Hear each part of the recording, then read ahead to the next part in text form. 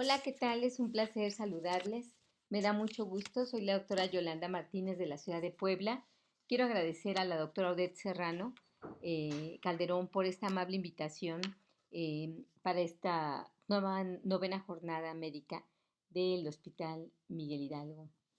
También quiero agradecer al doctor Maldonado Martínez por la gentil invitación para participar en este magno evento. He de platicarles que el paciente pediátrico pues es un ente diferente. No es un niño chiquito, no es un adulto chiquito, es un paciente pediátrico como tal y es tan distinto que bueno, vamos a aprender a considerar varias cosas. Desafortunadamente, el trauma pediátrico se hace una entidad que día a día pues se va incrementando. Desafortunadamente, a partir de algunos eventos de guerra en muchas partes del mundo, los niños empezaron a incursionar en esta penosa situación y se hace también por la violencia que se puede vivir dentro doméstica o externa a la casa, algunos de los problemas que los niños llevan, pero además también por su inquietud, por esta imperiosa necesidad de aprender que acerca a los niños pues a circunstancias a veces muy peligrosas. El trauma pediátrico es muy subestimado, pero es demasiado frecuente. El diagnóstico temprano y la intervención dirigida por objetivos va a ser como que lo crucial en el manejo de un paciente pediátrico. Desafortunadamente en contra se tiene al tiempo. El tiempo que es la parte esencial en la atención, en el diagnóstico y en la atención oportuna, porque a partir de que se atienda rápidamente, se tiene menor daño orgánico. Y esto va a ser uno de los factores detonantes de las secuelas que pueda llegar a tener un paciente después de un trauma pediátrico. El traumatismo puede ocurrirse o darse en muchos lugares, en la misma casa, en la escuela, hasta en los clubes deportivos. Recuerdo muy bien una joven que estando dentro de la alberca donde yo también nado, pero ellos eran de un equipo, claro, de natación de una universidad, levanta la cabeza, pero no sé, yo creo que iba un poco distraída y en el borde de la alberca se lastima horriblemente el cuello. Entonces se generó un trauma en donde, aparte del mareo, el vómito, el desvanecimiento posterior, ya le sacamos de la alberca, hubo ahí una atención rápida.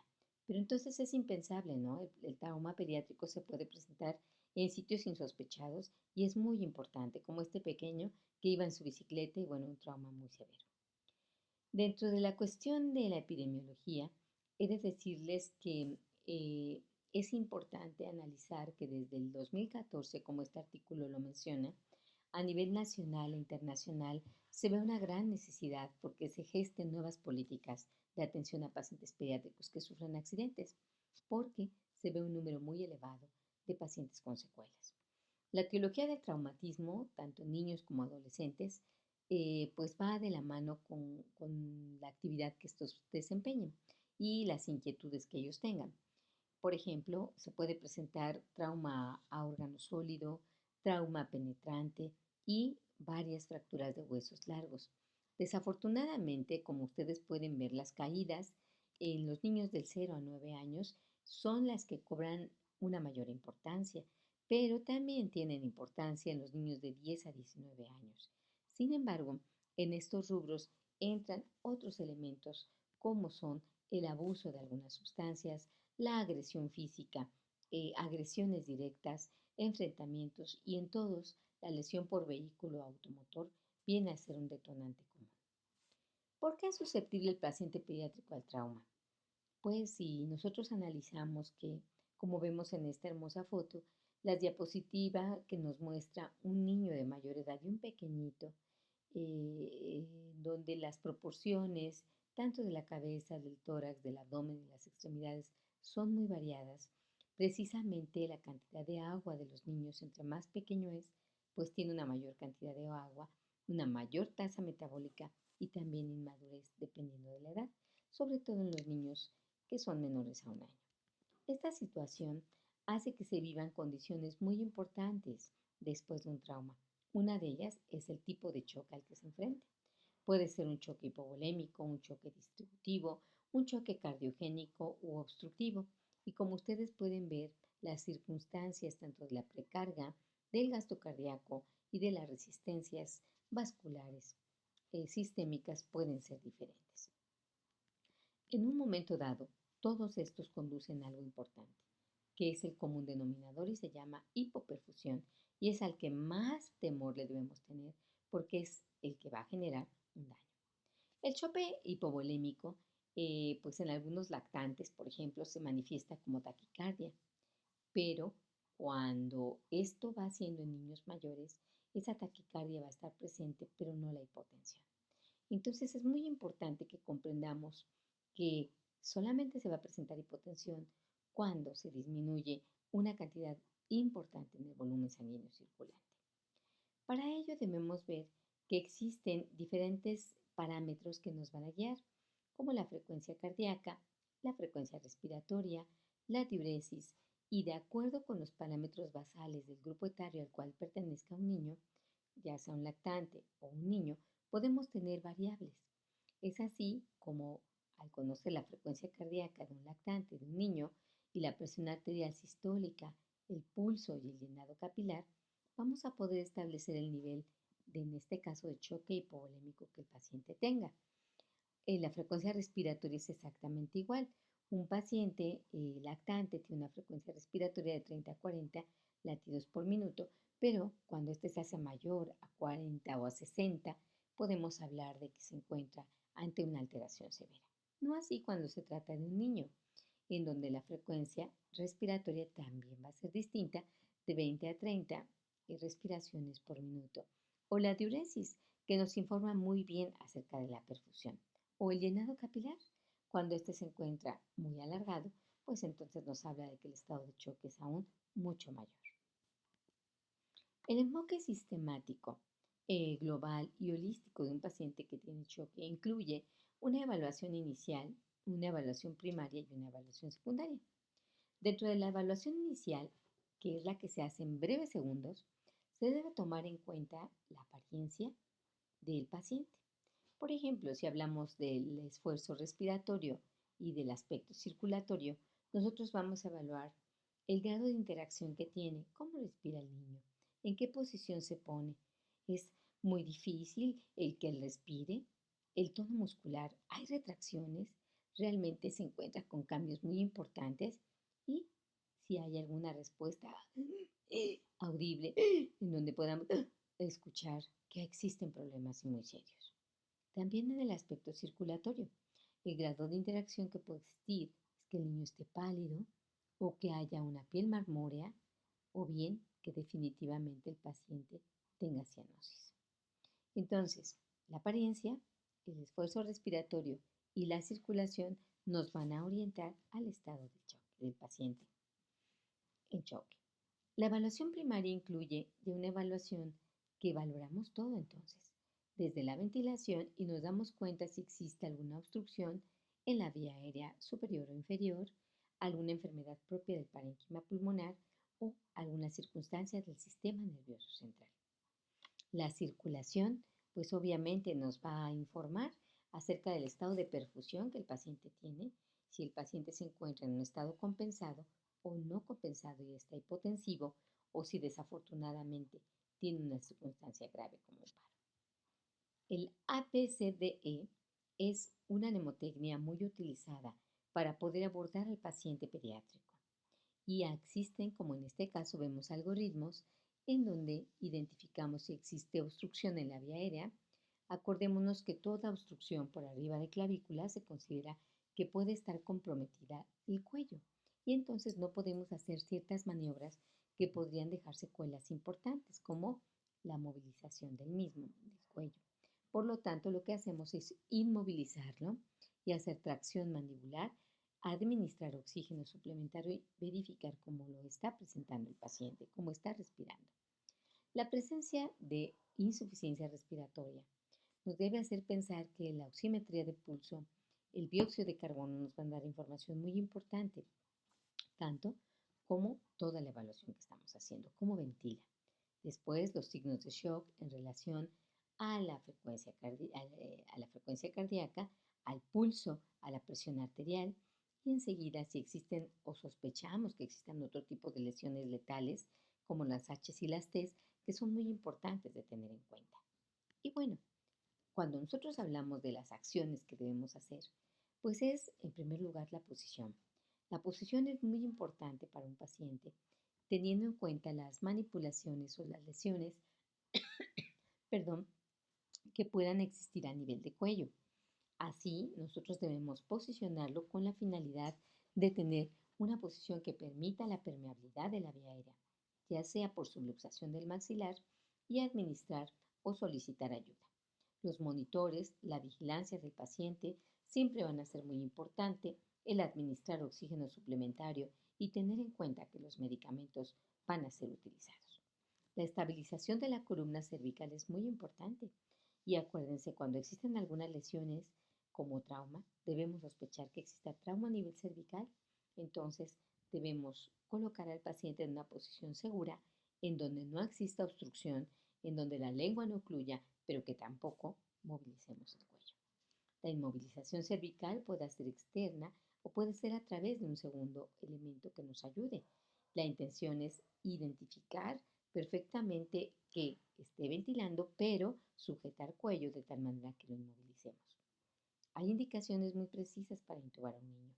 Acordémonos, si un niño tiene un paro cardiorrespiratorio, una vía aérea que no la podemos sostener, un cuerpo extraño del cual no es accesible, un traumatismo facial que está dando problemas para ventilar, pues pensemos que muy probablemente tenemos que allegarnos de todo el material para atender a esta paciente de una manera integral.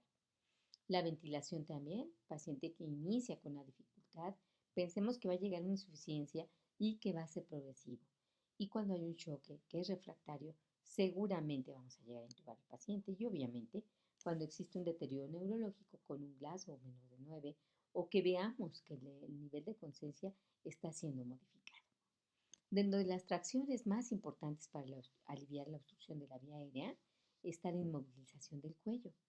Esta inmovilización que va a ser sumamente importante y queremos colocar, como ya les he dicho, la subluxación del maxilar inferior y la colocación de una cánula de Guedel si el paciente está inconsciente, la orofaringia, o nasofaringia si el paciente se encuentra consciente. La vía aérea es muy importante, pero este niño tiene condiciones además específicas para obstruirse, como una lengua grande, una boquita pequeña, la epiglotis que es muy grande, colgante y que muchas veces oculta la glotis, y una laringe que es muy cefálica y que a veces es precisamente una causa de que se haya dado una intubación desde un área que no es la correcta, como es el esófago. La circulación y todo debe ser evaluado al unísono. No lo hace una sola persona.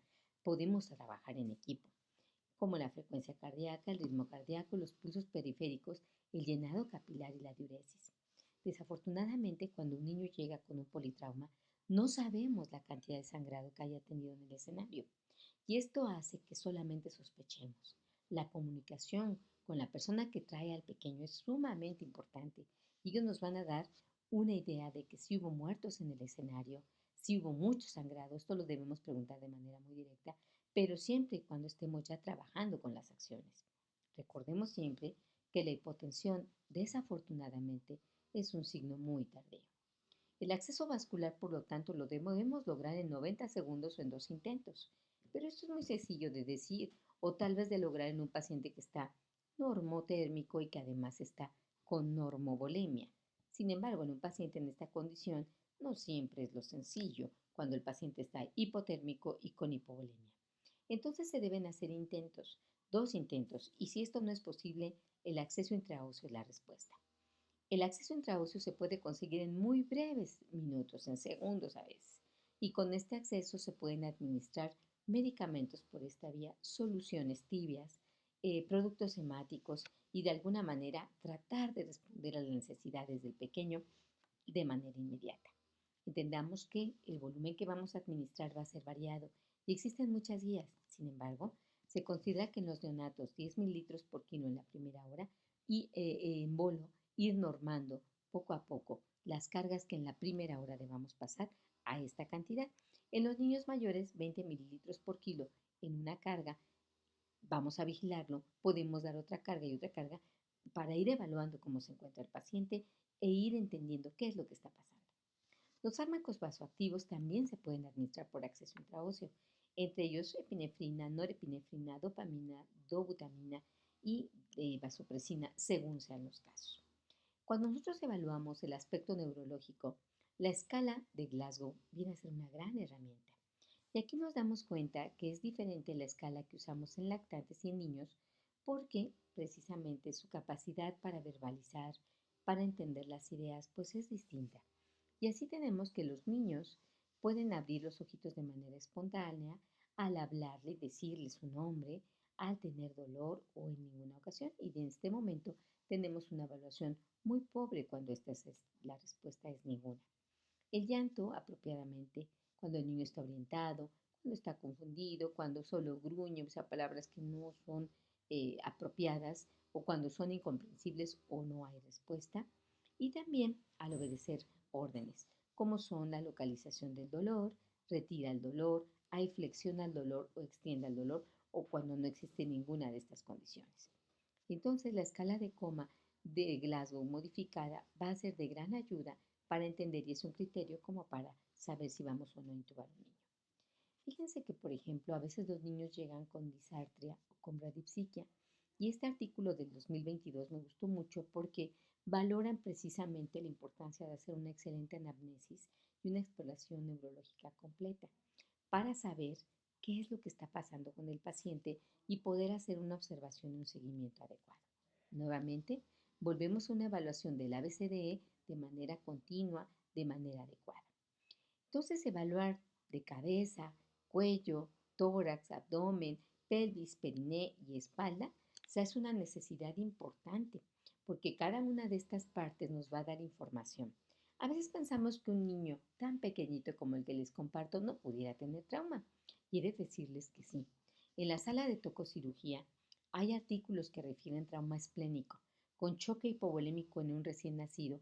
Por ahí hay 2 o 3 casos reportados por trauma obstétrico.